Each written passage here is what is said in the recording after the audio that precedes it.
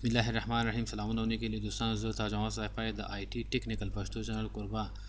نن د افیس پروګرام د ورډ پروګرام سره تاسو په خدمت کې یم. دوستانو مخکې موږ په مایکروسافټ وینډوز باندې کار وکړو او اوس نوبت د مایکروسافټ ورډ ده. لکه څنګه چې د وینډوز د مایکروسافټ کمپنۍ یو پروګرام و، دغسې مایکروسافټ ورډ هم د مایکروسافټ کمپنۍ یو پروګرام ده چې دا یو څو پروګرامونه نور هم لري چې د افیس په نوم یادېږي. یعنې زیاتره کار د دې پروګرامونو په دفتر کې ده چې د ورډ ده، اکسل ده، اکسس ده، پاور پاینټ ده، نور هم پکې شته، آوټلوک ده چې زیاتره دا په افیس کې استفاده کېږي. نو نن راځو موږ په ورډ پروګرام باندې کار کوو. را به څو اول به ورډ پروګرام را خلاص کړو، سټارټ مینو ته به لاړ شو. دلته هم دې ځای نه هم راتلی شو چې مثلا را واخلو ورډ پروګرام، او دلته هم راتلی شو چې مثلا دې سټارټ بار کې موږ سره یې را خلاص کړو.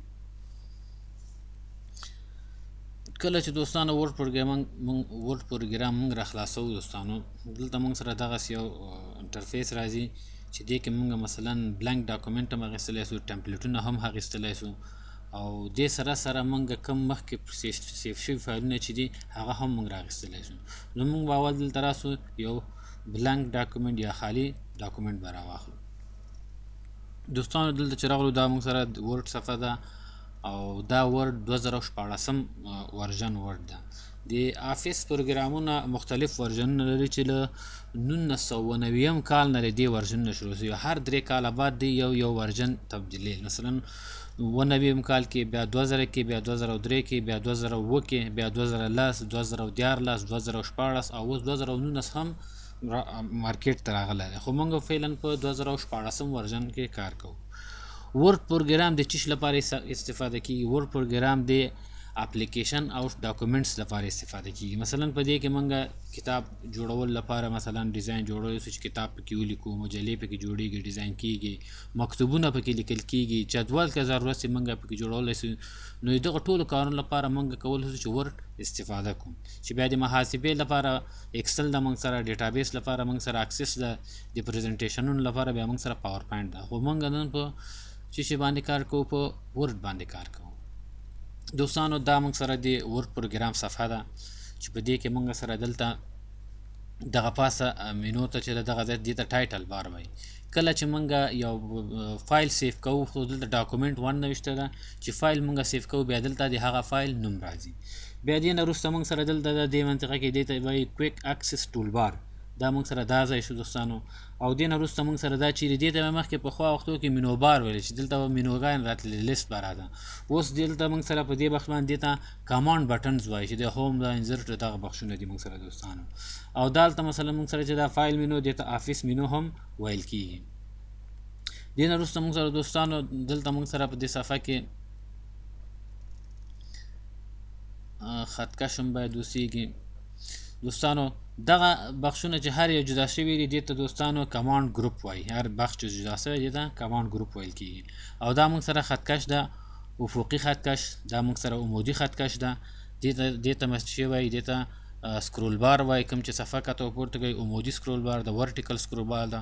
او دلته موږ سره لاندې بیا دلته هاریزونټل سکرول بار راځي. کله چې موږ سره دا صفحه غټه وي، بیا نور سکرول بار ته ضرورت وي چې موږ اخوا دې خوا ته لاړ شو، دا وګورو.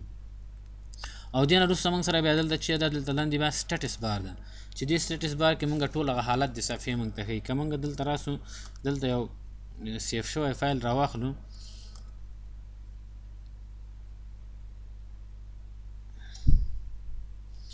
سیف شوی فایل کې که موږ دلته وګورو، موږ سره دلته ښیي چې مثلا موږ سره څو صفحې معلومات دي، څومره معلومات لرو، دا ټول موږ ته دلته شو کوي.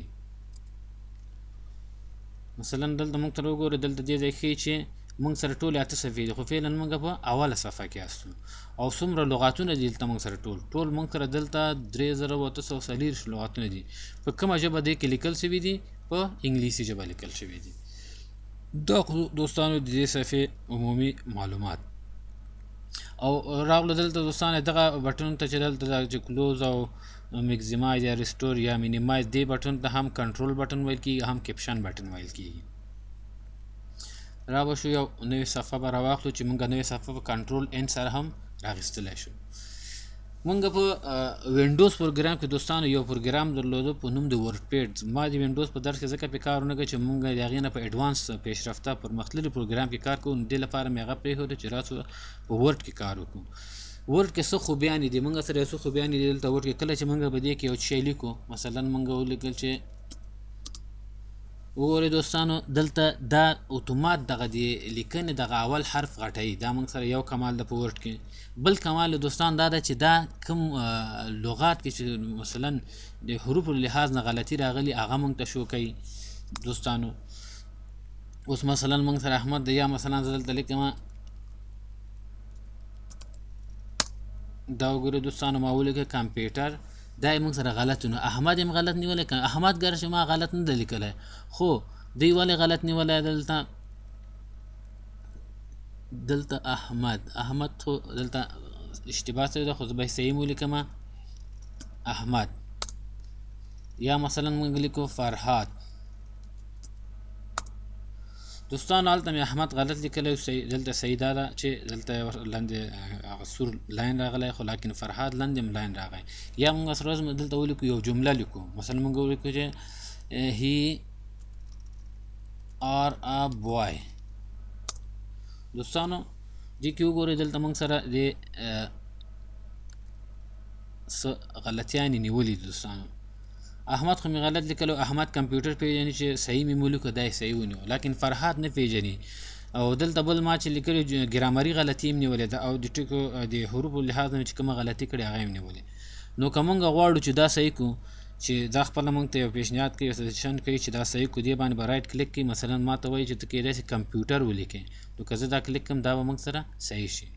او دلته مثلا موږ ته لیکلي چې هی آر ابوای نه کیږي، دا ځکه ګرامري غلطي به په دې اسماني رنګ کې باندې نیسي، چې دا مثلا باید دلته بل شی راځي، چې دا موږ ته خپله پیشنهاد کوي چې شی راځي دلته هی از راځي. او فرهاد ولې غلط نیولی، که زه دلته راسم دې ځای کې ولیکم مثلا کریسټینا، ګوره کریسټینا یو نو احمد هم پاپولر مشهور نوم هغه، لیکن فرهاد دلته موږ سره غلط نیولی. یا زه مثلا لیکم ابراهیم، دا نوم هم پیژني. بل مثلا موږ دلته ولیکو سلیم، بل نوم ولیکو.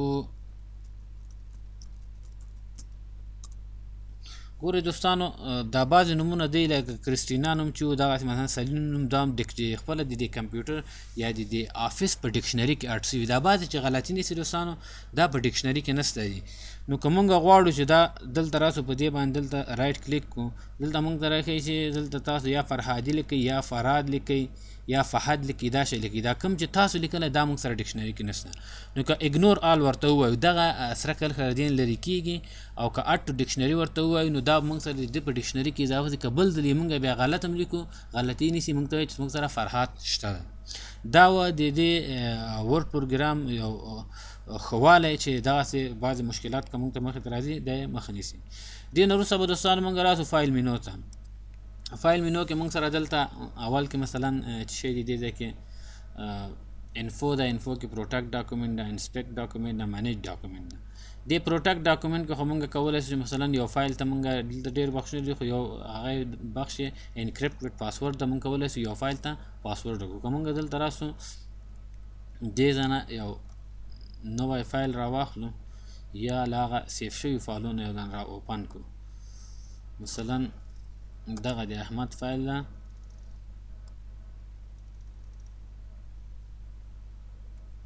یا همدا د احمد فایل ته به راشو دوستانو.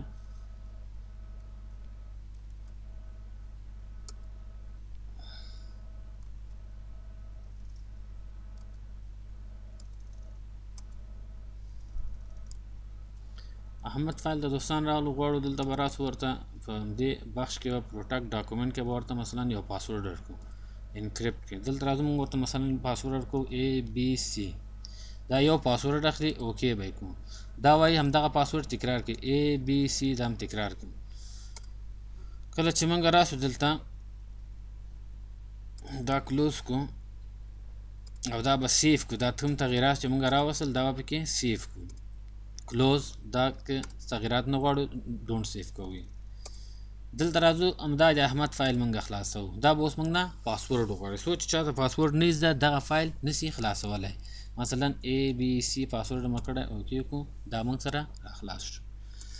بیا په دې بخش کې چې دا مونږ سره دلته مینج ډاکومنټ کې چې شی دی دلته ریکور ان سیف ډاکومنټ. دا اوس دوستانو څه کار کوي؟ د دې وظیفه دا ده چې که چېرته مونږ په یو فایل باندې کار کوو او خپله سیستم چې دا هغې ته 10 دقیقې وخت ورکړی، که یو فایل باندې مونږ 10 دقیقې کار وکړو او سیف کړی نو هغې نه بعد مونږ پې کار کوو او برق لاړ مثلا، نو دغه فایل دلته سیف کېږي. هغه فایل بیا مونږ له دې ځای نه رااخیستلی سو. مونږ سره به اوس دلته نښت کړي چې کوم فایل اوسېږي دا یو فایل مونږ سره رښتیا مخکې ما دلته هغه لیکنه چې پکې کړې وه سیف کړی مې نه ده په دې ځای کې راغی. که زه انتخاب کړم اوپن یې کړم دا وګورئ دا فایل ما سیف کړی نو همداسې مې کلوز کړ. دا یې دلته اټو سیف کې ساتلی. نو کله چې مثلا اټو سیف فایل مونږ راخلاص کړو نو بعد له هغې نه مونږ کولی سو چې دا ځان سره سیف کړو. بیا مونږ سره اوس دوستانو نیو ده. نیو څه کار کوي؟ په نیو سره خو مونږ مثلا نوې صفحه راوړو دوستانو چې په دې کې مونږ سره هم نوې صفحه ده، هم بعد ټمپلیټونه دي، نمونې دي چې له دې ځای نه مونږ کولی سو نمونې راواخلو. قسمه قسم نمونې دي، د خط لیکلو نمونه شته، د ریزومي یا د سی وي نمونه شته، د بیلونو د انوایس د دې شین کوم نمونې چې مونږ ته پکار دي ضرورت یې مونږ یې له دې ځای نه اخیستلی شو دوستانو. د جنتري لپاره دلته مونږ سره ډیزاین نمونې شته دي، د ریزومي لپاره، د بیل لپاره، د هر څه لپاره مونږ سره دلته نمونې شته دي. اوپن خو مونږ ته شی کوي هغه سیف شوی فایل راخلاصوي چې په هر ځای کې، او سیف مونږ ته شی کار کوي یو نوی فایل چې جوړو هغه مونږ سیف کوو چې کنټرول او خلاصوي او کنټرول اس مونږ سره هغه فایل سیف کوي. او په سیفاس سره بیا مونږ کولی سو چې فایل په څو نومونو سیف کړو. یو فایل سیف ده هغې کې غواړو چې مثلا نور تغیرات راوړو. مثال په طور مونږ دلته راغلو دغه فایل چې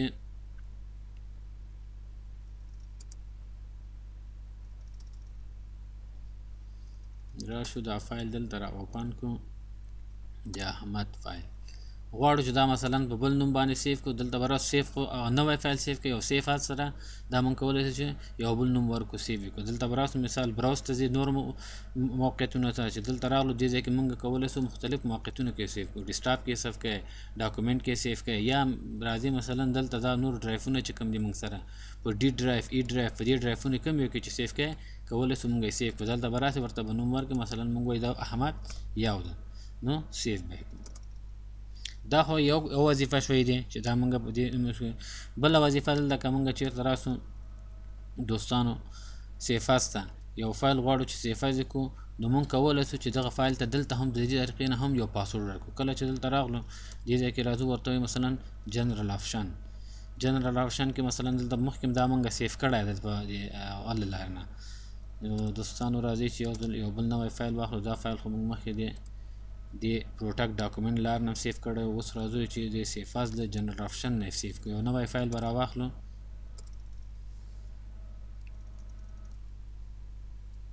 نوی فایل هم راواخیسته دوستانو. راځو سیفاس ته. سیفاس بیا د سیف کار هم کولی سي. دلته راځو جنرال آپشن ته. دلته راځو ورته هم دې ته یو پاسورډ ورکړو. مثلا دې کې مې A پاسورډ ورکړه او دلته موډیفای کې مې B پاسورډ ورکړه AB. کله چې مونږ دلته اوکې کلیک کړو وایي چې هغه اول پاسورډ د اوپن لپاره هغه هم تکرار کړه او بیا راته وایي چې د موډیفای د تغییرات لپاره به دوم پاسورډ هغه هم تکرار کړه. دا هم چې ټول انتخاب کړو بیا هم اوکې کړه. بیا راغلو مثال دلته یو نوم ورته ورکړه وي او چیرې ډیسکټاپ کې مثلا سیف کوو. دا فایل مونږ سره چې سو سیف سو او پاسورډ ورسره ده. که مونږ دلته راسو دا کلوز کړو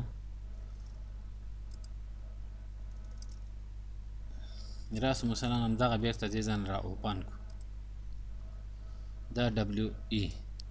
دا وګورئ دوستانو دا مونږ نه پاسورډ غواړي. مثلا که مونږ چاته د خلاصولو پاسورډ ورکړی نو مثلا A ورته ورکړه او اوکې کړئ. دا مثلا اوس دلته یو آپشن لري ریډ اونلی. که دوم پاسورډ د تغییرات هم نه وي ورکړی ورته او بس ووایي چې دی فقط دې کې مطالعه وکړي ودې ګوري نور تغییرات دي نه نو دی به ریډ اونلی کلیک کړي. چې کله ریډ اونلی کلیک کړي که دی په دې کې څه تغییرات راوړي دلته مثلا څه تغییرات یې راوستل یو چینجز تغییرات یې پکې راوستل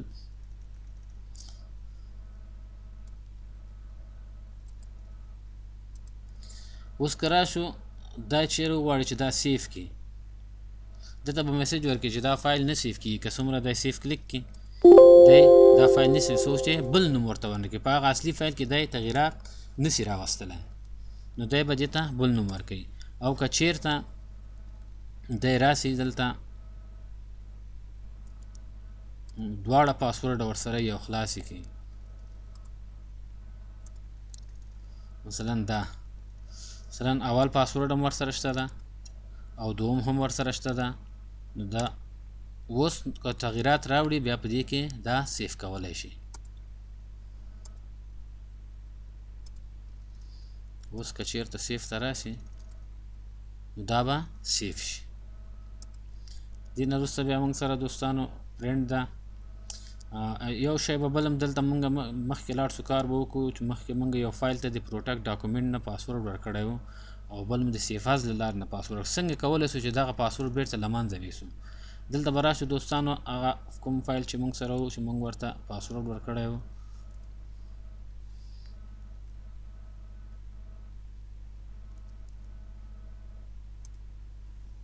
که غواړو چې دا بیرته دوستانو له منځه ویسو نو بیرته به راسو ما پروټکټ ډاکومنټ ته او انکریپټډ پاسورډ به انتخاب کړو او دا پاسورډ به دې نه چی کړو بیرته به یې پاک کړو او اوکې به یې کړو، یو سیف به م ورته ورکړو. دا فایل به موږ سره دې نه وروسته بدون له کوم پاسورډ نه دا چی کېږي خلاصېږي. دلته به راشو اوپن دا د احمد فایلو بې له کوم پاسورډ نه موږ سره خلاص شو.